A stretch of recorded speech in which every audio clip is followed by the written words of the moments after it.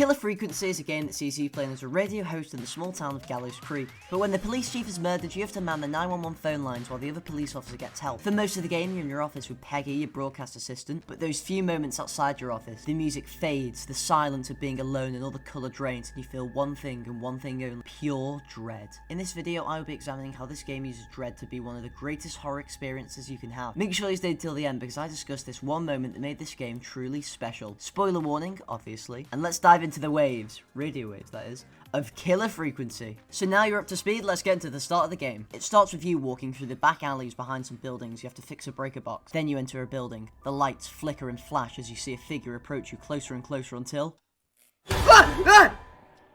Fucking hell! I thought I heard someone yelling, or... You then question if you just heard screaming. Then you and your co-host Peggy do some pre-flight radio checks in which you're introduced to your tool of destruction, the record player, but most importantly, the soundboard. Keep left.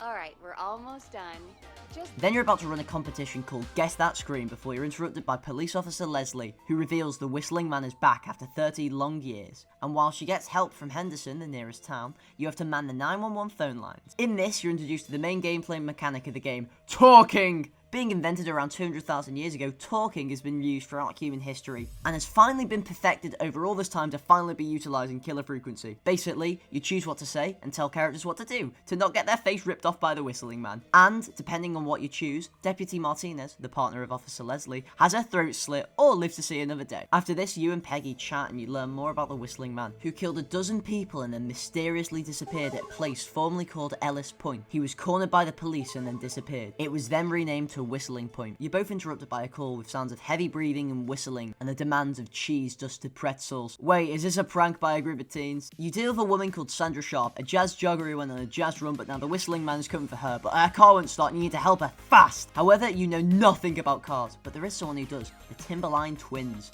who just so happen to work for the radio station, and their office is just down the hall. Wait. Oh shit. Do we have to leave? The comfort of your radio office drains as the colour and warmth you have accustomed yourself with fades away. The music, chatter and everything drowns out. An eerie silence encompasses you as you slowly navigate from room to room. Each door creakier than the last. The only noise you can hear is the whirring of machines as you trudge through the office to find help. You find a post-it note that leads you to the bathroom. Dread consuming you, you open the door to the stall and... nothing is there. You take the magazine and retreat back into the safety and warmth of your office. Then you help Sandra not get killed by the whistling man. Your next call is from budding entrepreneur Brian Ponte of Ponte's Pizza, who is a master of free promotion. The pizza we have is to die for. Then you get your actual next caller, Maurice Russells from the Gallows Reporter, and the whistling man has just broken into his office. Apparently he'd already dealt with the whistling man 30 years prior, and he thinks that this whistling man is just some prankster, until he learns Sheriff Matthews is dead. The whistling man blocks off the stairs to escape with cabinets, and now Maurice is trapped. So Peggy comes up with an idea. Call phones in the office to lure the whistling man away to buy Maurice time to escape. So you need to go get a map of the building from the fax machine, which means you have to leave your room again. Oh shit. Don't kill me, whistling man. Then after getting the map, your plan is lure the whistling man away, put a portable radio on maximum volume in the secret vault, then go quiet on the radio until Maurice is ready. Then make some noise to lure the whistling man into the vault and lock him in. See you in hell, kid! If done successfully, you've now won one pet whistling man. However, now the whistling man can hear the radio, and now he knows that you are helping people he is trying to kill, live on air. You and Peggy chat about their lives, and it's revealed that Peggy's parents are both dead, and she hasn't seen her sister in ages. Suddenly there is a buzzer from the front door, and for some stupid reason, Peggy sends you to check it out. So you head down the stairs, and you see a strange figure walk away from the door. It looks similar to the whistling man, but it can't be because he's locked up, right? Anyway, you see there's a tape that's been left, and as you approach the door, you feel extremely scared. The whistling man tells you to play this tape on air. So you play it, and I'll just let it speak for itself. Hello, Gallows Creek. Time to pay the price. Time to pay for lives. Uh-oh. Time to sit there. I will punish you. I'm going to enjoy this. That is really creepy. Some time passes and you get your next call. It's Maurice again who says, I said listen, he's gone! The whistling man is gone! Him and his friends went to beat up the whistling man. They opened the door to the vault, but the room was empty. Then nothing. The room was empty. Where did the whistling man go and how did he escape? Maurice is panicked and then hangs up. After a while, you get a call from someone called Murphy. This is Murphy! He wishes his son Fernando a happy birthday and challenges the Whistling Man to a fight. Then a scared woman named Virginia calls and says that she just got a call from the Whistling Man. No one is around to help except for a frat house. So to contact them for help, you get a list of takeout places. And so you go down to the kitchen area, and it's the most unsettling thing I've ever played. It's so hard to describe just how scary this moment is. The ambient noises are so creepy, and as you go deeper into the kitchen, you feel more and more scared, and even the sight of this big long empty corridor just scared the shit out of me. We don't need to go down there. You call up Ponty's Pizza and get them to deliver to the frat house. Then on a call with Virginia, the Whistling Man breaks in and says, God, I didn't talk, I promise.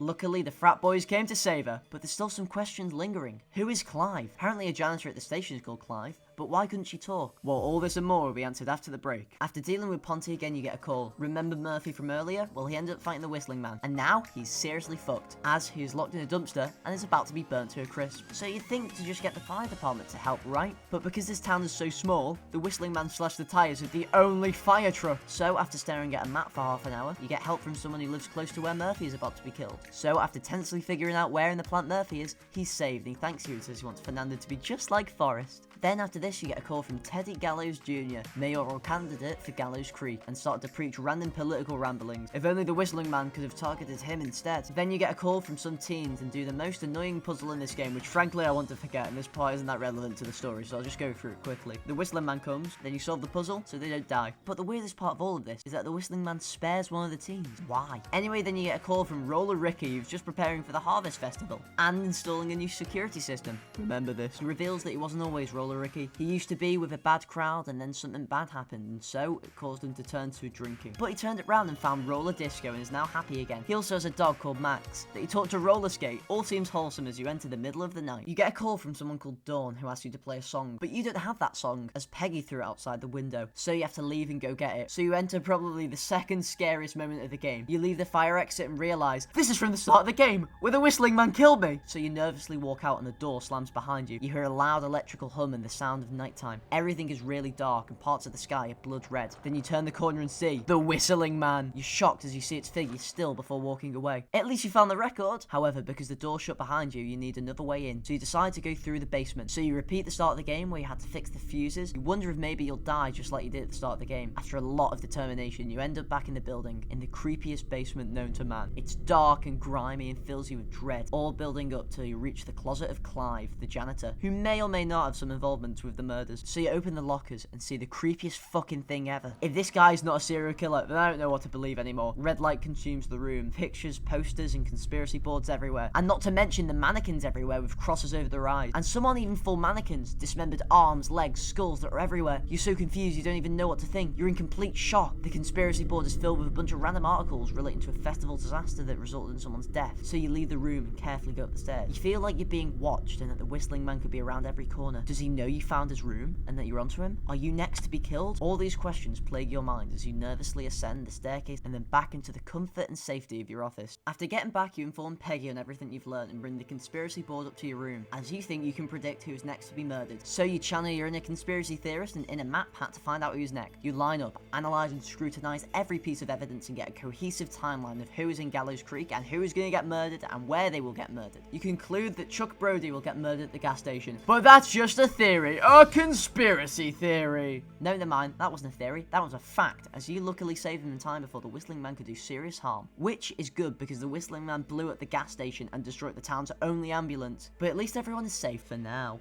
Peggy, for some reason, tells you to go back to the creepy basement, as apparently it could help us find out who's next. We need to go back down.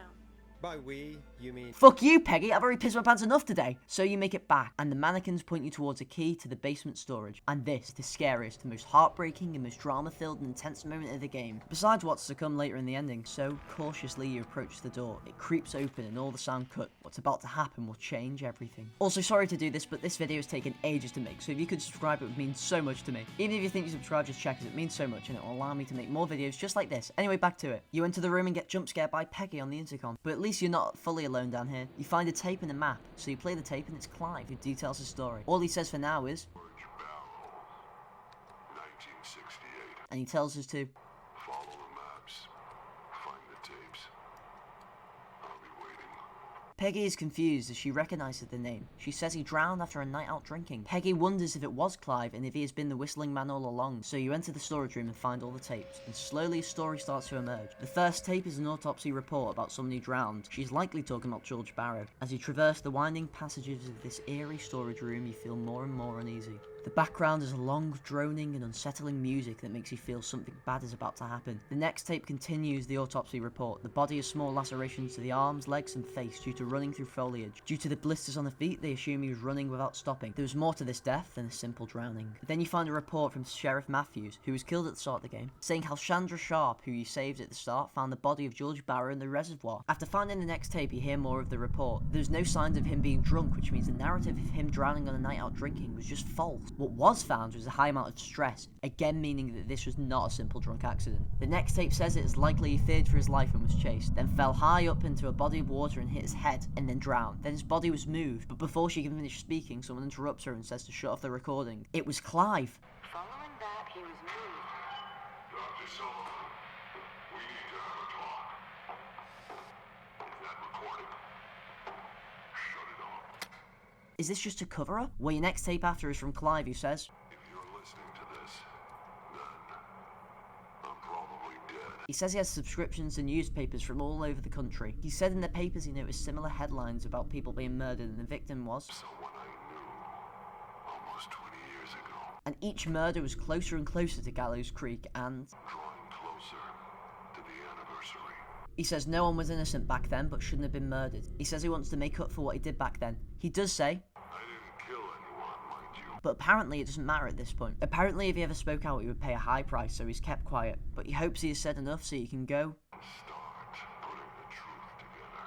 Then the tape ends. You're left with the ambient hum and noise of this basement and then go to report what you found to Peggy. Forrest realises he has heard the voice before but he doesn't remember where from. Then you tell Peggy how the story doesn't make sense. Forrest remembers a note. I'm sorry I made you do this, Virginia. Then Peggy realises a lot of people targeted by the Whistling Man were involved in this case. Sheriff Matthews, Sandra Sharp, and Virginia. Apparently after George Barrow died, his arm was trapped in a car door, meaning his body was moved. You both realise that this was a massive cover-up. Where do the other victims play into this? How does this reveal the identity of the Whistling Man? Well, you head back upstairs to figure all this out and more. It's now 3 AM, and you and Peggy are very stressed. You decide to call back Virginia to talk about this newfound evidence. At first she pretends to know nothing, but then after Forrest pushing, she says, Forrest, please.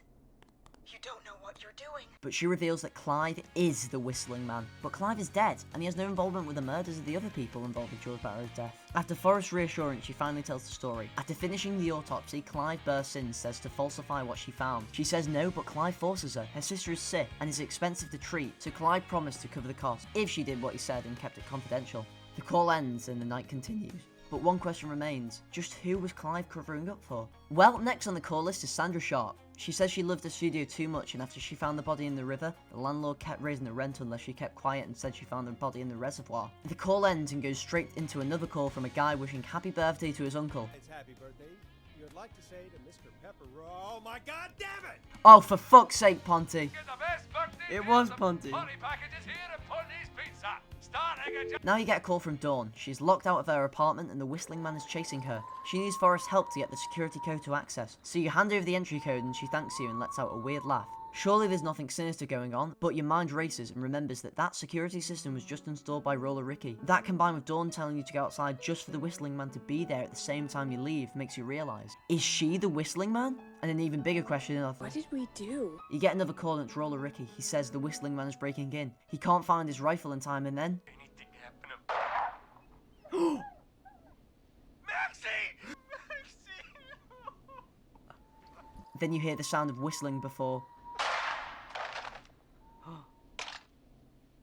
Thanks again, Forrest. This was honestly so sad that I cheated with saves to save Ricky, because this just fucked me up. So now we reach the end game. Most of the pieces are in place. We have the victim, we have the murderer, and we have the motive of killing people involved with the cover-up of George Barrow. But what we don't have is why Dawn wants to get revenge. Is she a vigilant trying to fight corruption? Or is she involved with it way deeper than we were led to believe? Anyway, you're on to the next call of the night where Murphy says that the Whistling Man was too strong to be a woman, but Forrest reminds him that... And you were trained by a VHS, Murphy. But you're interrupted by another call. There's been a stabbing. He's bleeding really badly. She says... We heard this whistling all of a sudden. Then apparently the man who was stabbed might have known Dawn, and Dawn says to him, It's not so funny now, is it? So now we have another person to tie into the conspiracy board. The victim in question, Jason, was stabbed in the stomach and in the leg with the knife still in there. So you call the hospital and get medical advice. So you pass on the advice and she tries to keep Jason alive. However, to give more treatment, you have to look for someone trained. So you enter the final area of the game, Reggie's office. So you go onto the computer and look through the files of each employee to find the one most suitable to save the victim. While looking through the computer, you hear a loud banging on the windows. This makes you feel even more uneasy and builds up more and more dread. It seems like the whistling man holds no restraint and will brutally murder anyone, dog or human alike. Anyway, you find the file of John Hedges, who lives extremely close to the house of the stabbing and has a lot of medical equipment from his service in the military as a war medic. If there's a guy for the job, it'd be him. So one grumpy wake-up call later. Who the hell is this calling me? What time is it? So he heads over there and treats the patient. Now there is a surprise call from none other than Officer Leslie, who is the backup of all backups and is going to absolutely destroy the whistling man. She says to find out where the whistling man is and get Forrest Nash's interview of a lifetime. Speaking of interviews, Jason is awake, and so Forrest begins to ask him why Dawn said that to him. Forrest asks if he knows why the whistling man / Dawn said. Peggy goes away to take another call. Jason asks if we've ever heard of George Barrow, and he reveals that he is part of the reason he is dead, and that if he ever said anything, he would go to jail. He says that the football team wants to prank the newcomers, where there would be a party and Have the whistling man crash it. Jason had to pretend to be stabbed as part of the prank. How ironic. This explains what Dawn said to him. Him getting stabbed started the panic that led George Barrow to his death, which Jason doesn't know how he died. He then mentions a woman screaming, George's girlfriend who Jason heard tonight, and he reveals the true identity. Her name was... What? What happened? What the fuck? Are we still on air? The power's been completely shut off. Luckily, as Reggie is a paranoid conspiracy theorist, he has an emergency generator that's in the storage area, where the whole mystery began to unravel. So knowing if there was a time to be murdered, it would be now, with the lights off and the sound dead. All the comfort you got from that nice radio office is now melted away.